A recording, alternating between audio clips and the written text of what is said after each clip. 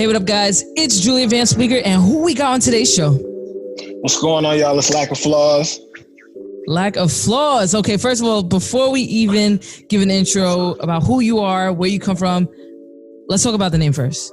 Lack of Flaws, because I was like, that's a very bold name, first of all. At first I thought it was just your Instagram, your tag, but I'm like, no, when you do the research, it all comes up. You have the, I don't know what you call it on Google. It was the artist bar. Yeah, everything comes. Yeah. So I'm like, all right, he's very bold for that. So let's talk about the name. How did you come up with Lack of Flaws, and why is it so bold?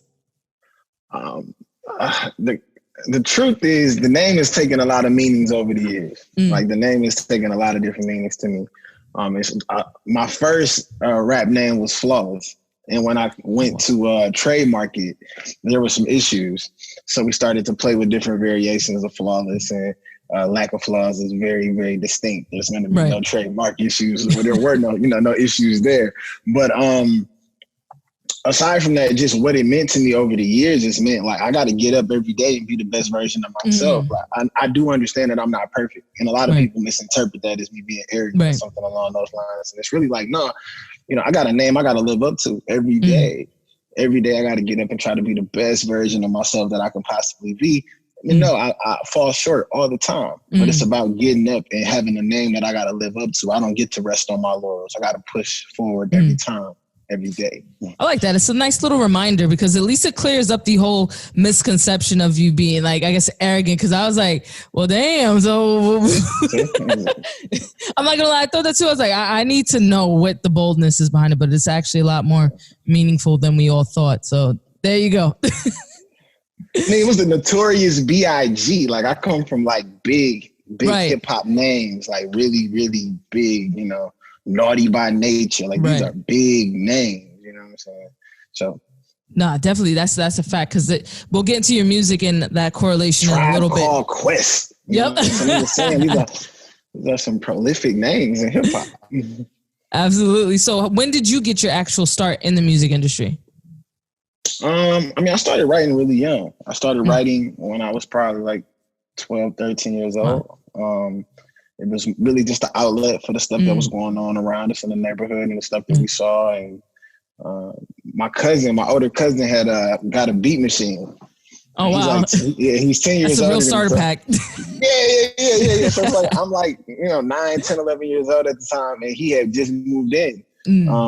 And he had just got this big ass, like, gray, like one of them big like ass NPC or something. I mean, it was like I want to say it was like a rolling DR8. Oh my God, yeah. Yeah. So I mean, I know the producers out there probably gonna be like, "That's not what it's called." No, it's not like that. No, we know what you're talking about. Something along those lines, right? And he would just be down there pounding away in his headphones. He would plug up to the speaker. Sometimes I fell in love with the process of making records and sounds coming together. Right. And that was really where, between him and my best friend, those two things really kind of started those musical juices flowing. Damn, that's what's up, though. So, like, with your sound, because I was going over a little bit of your catalog, and like I said earlier before we jumped on, I had no idea you were releasing music, because my only thinking was you were into the more business side of things. So the stuff that you dropped, the last project that you dropped last year, BSides, it gave me a serious 90s feel. So creating that record, what was that process like for you, and why go super vintage with it rather than, hitting the drills and, the trap sounds and things like that? Well, I'm glad that you asked. Funny thing is, I re-released B-Side in 2020. Wow. It originally came out in 2015. I originally put it out. My mom passed away in 2014. Wow. And she passed away in the middle of me making the album. And the same best friend that got me started rapping, he got shot 5 times. He's finishing up a 10-year sentence right now behind some stuff that we were, dealing with. And to be able to make that album in the midst of all of that, it was very therapeutic. And at the time, we're talking 2015, so, Metro Boomin was going crazy. Future was going crazy. Right. It was a very, Atlanta still got the sound in a lot of ways, but definitely. Music was in a very trap space. And, exactly. I wanted to make something that I felt like I could hit play on forever. You know what I mean? When I look at the hip hop albums that I play forever, or the ones that I feel like are classic albums that, all of the greatest rappers to me have classic first albums. Right. You know what I'm saying? So it was really important for me to make something that I felt was timeless. And I felt like, being able to dive into something honest and truthful would give me the ability to be able to hit play 10 years later, or hit play 5 years later like I did. I did the re-release on my birthday last year. So I put it out and was like, yo, I still love these songs. Like it takes me back to a space when I hear them. So it was difficult. It was difficult to be willing to step out there on that limb by yourself. Like there was a lot of DJs that I gave. Giant was the single, right? All B-side. So I gave a lot of DJs Giant. I'm not gonna put nobody on the track, so to speak. But I had a DJ tell me at the time, like, "Yo, this record is a classic, but I can't play it. Wow, it doesn't fit in what I have to play right now, based on what my bosses is breathing down my neck and all this other stuff. So it became a very niche driven record for the time. And I'm thankful to everybody who's heard it and everyone who continues to hear it. I still don't feel like enough people have heard it. So it's a living, breathing thing. Right. So I believe that B-side will continue to get better with age. Right. That's what I was actually going to say too. Cause as you were talking, I was thinking like, if there's any like music majors or sound engineer majors, anybody like that, that's a type of record you can take into a class and dissect it. Because like I went a couple of years ago, I went to school for sound. And those are records that we learn how to, mix to and, how to edit to. So those are really, really important things. So I'm thinking this is definitely beyond just listening to. This is something that you could take into a classroom and teach, so these sorts of projects are very important for sure. All right, so let's get into your latest single, which was crazy that you dropped on the first day of the new year. Ain't Got Time, which is very perfect timing. When you think about 2020, you put it definitely put things into retrospect, to be honest with you, because at this point, I don't think any of us got time anymore to play around. So let's talk about that record. Ain't Got the Time it's exactly what it sounds like. It's exactly that. It's that moment where you're like, I have these goals, I have these dreams, I have these ambitions that I want to accomplish. Right. And I don't have the time for distractions or the things that can deter me from what it is that I'm trying to get done. Right. And it's just very easy to get sidetracked out here. It's very easy to lose focus. And Ain't Got the Time was just that declaration. You know what I mean? So it's kind of like, I know everybody's doing the whole New Year's resolution thing that everybody usually does. And it's like, instead of asking people what are your New Year's resolutions, it's like 2021, what you ain't got the time for? Like what you don't have time for this year? What are you doing different? Instead of it being people just, throwing stuff out there that they hope is true. It's definitely, that track reminds me of, I'm butchering this. You had a track back in 2014 that I was listening to right before we got on. It's a little bit more of a modern version in terms of sound. Like it skips that whole 90s sound and it fits a lot more into today's sound. So I'm like butchering what I want to say exactly. You said I put out a record in 2014? Yeah, I forgot. And I actually really like that track. I just cannot get the title together right now. Oh, damn. And it was very catchy too. And I was singing along with last night. Yes, there we go. Last night. I was like, I know it started with an L. I was like, I don't want to mess this up. No, last night. But it's like a more modern, it's a catchy.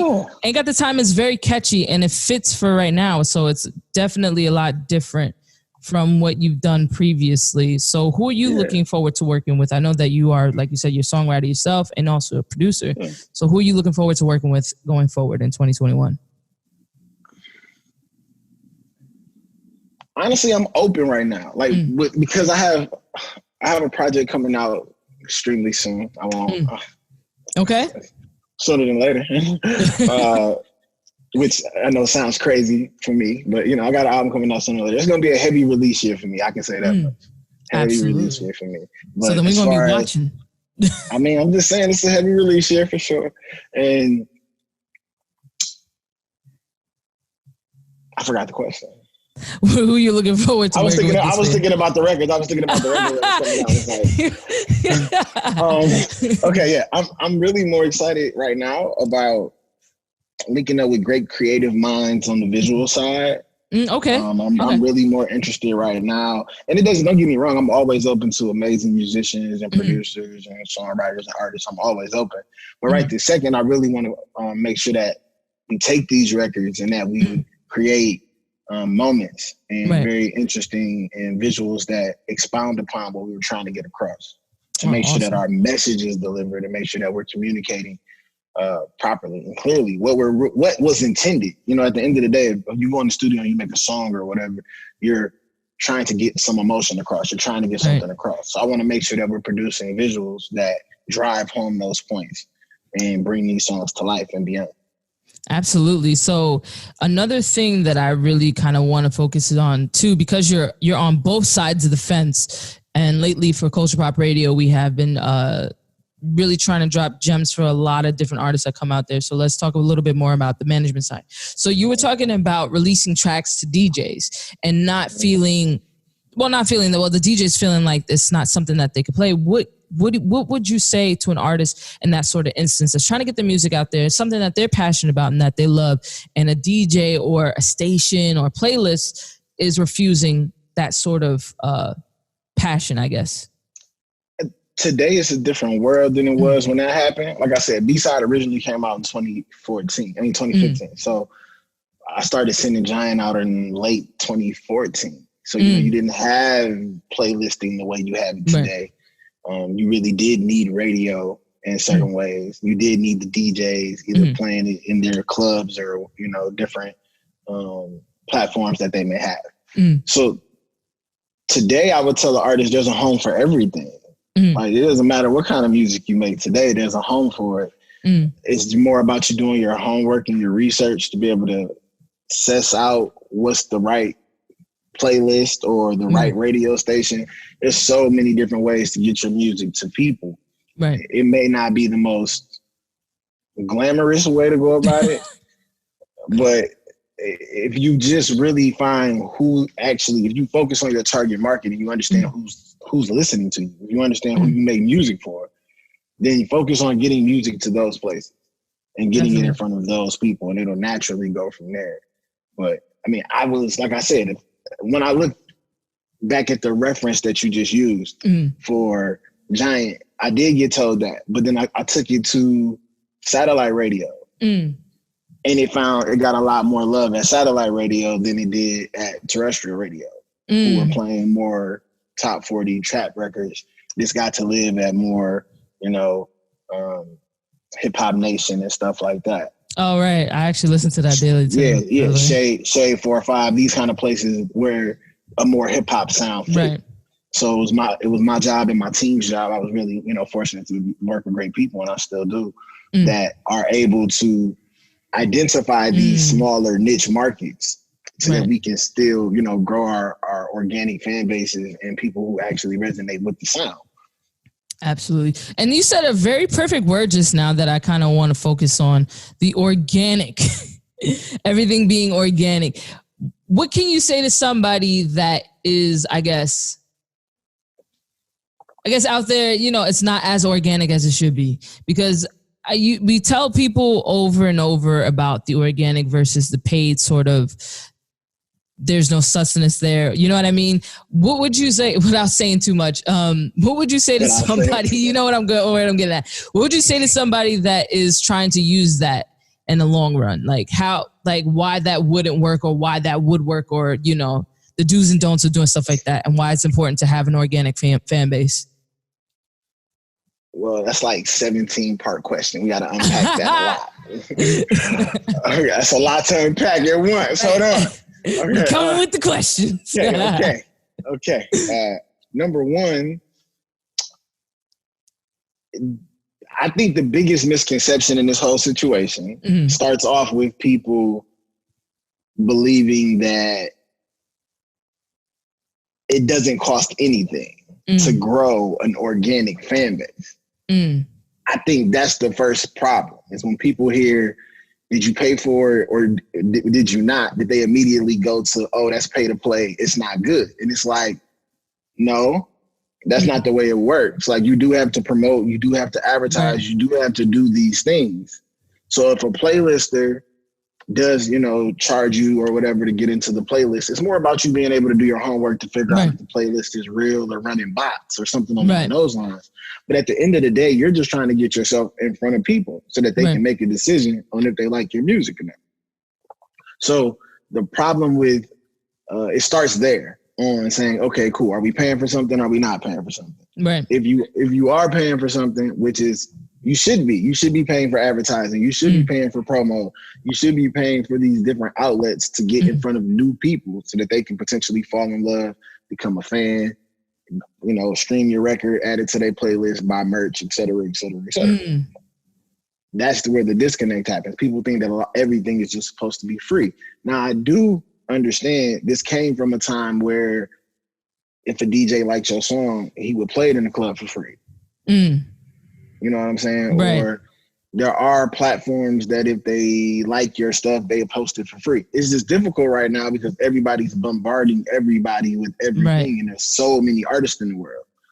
So at a certain point, some people are creating these paywall situations or these pay-to-play situations just to weed out, who's not serious in some instances. Right. And then you do also have your people who are taking advantage of artists on the other side, and charging people. And it's really a tough spot for a lot of independent artists to live in because you don't know who to trust, and you don't have the money to be wrong, which is what I tell a lot of people more often than not. They don't have the money. They can't put 10,000 into a single and be wrong. Like a label, Interscope may put 150 into a record and say, and we changed our mind. Yeah. You know what I'm saying? It's not the same. Like this person got one shot with this 10 grand to, do whatever they're going to do, or they may be, they may put their dream away, we'll say. You know what I'm saying? Because they only got one shot with that 10 grand. This is the person that may work a regular 9-to-5 job or whatever the case may be. Everybody's not a swiper, Jay. Of course. You know what I'm saying? So for my artists out there who aren't swipers or drug dealers, I mean, I understand that when you're trying to figure some things out, you have to, you got to plan differently, and it's hard to trust people. Right. So I think it's really about, like I said, it's about doing your homework as much as possible. And you're going to have to take shots, and there are going to be things that don't work. Right. Your job is to manage your risk. Like, I would never tell you to go call somebody and be like, yeah, I got $5,000 for this promo. Like, why don't you start off with the smallest package they have and see how it goes or something? You know what I'm saying? Like, take your time, see if they have references, see if their website is up to date. It's a lot of small stuff that will make you kind of get a feeling. And trust your instincts. If you get a feeling that it's fake, trust that as well. Like, if they're not answering your questions the way you want them to be answered, trust those instincts. And it's a lot of sites. This is still one of the shadiest businesses on earth. It's a fact. Because it's one of those I always say, like, the entertainment industry is like those, it's like you get cash quick almost. So, like, I could definitely understand how it's shady. So thank you for that portion of, answering the questions on the management side. I can do whatever you need me to do. I'm here. This is my favorite part of the show, though. It's called 5 Fast Facts.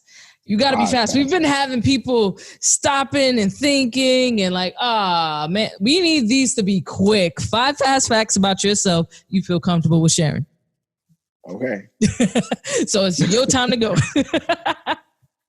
I got to just... go. It's rapid fire. That's why people we don't got the bell yet. But we're going to incorporate it. That's exactly why people need to figure out, like, you can't just tell people that, hey, I need 5 facts from you. Spit them out. It's got to be quick, man. It's got to be quick. That's why we hit you so fast. Well, you should say something. You should ask me 5 questions or something. Anyway, 5 fast things that people should know about me. I'm from Detroit. I'm a Gemini. Ooh, okay. I'm an entrepreneur. Boom. I love great food. Okay. And I love beautiful women. Hey, look, that was fast. You had it good. You had it amazing, man. That was a good 5 fast facts. That was probably one of the fastest, actually. I think I applied a good amount of pressure. I don't know if those were the 5 people wanted to know. I mean, I wear a size 11. Good. Okay, we got 6. Somebody wanted to send me some shoes or something. I wear an 11. I mean, I got all kinds of facts. You're gonna keep going. I mean, I can do that all day. Like, I can. You're probably one of the few artists that are just always prepared. I do that to keep artists on their toes because you got to always be ready. What do they say? If you stay ready, you don't have to get ready. Don't have to get ready. I'm always exactly. Well, Floor, thank you so much for dropping by, spending some time with us today on Culture Pop Radio. I'm Julia Vamps. I'm Black and Flaws. Y'all are great. Thank you.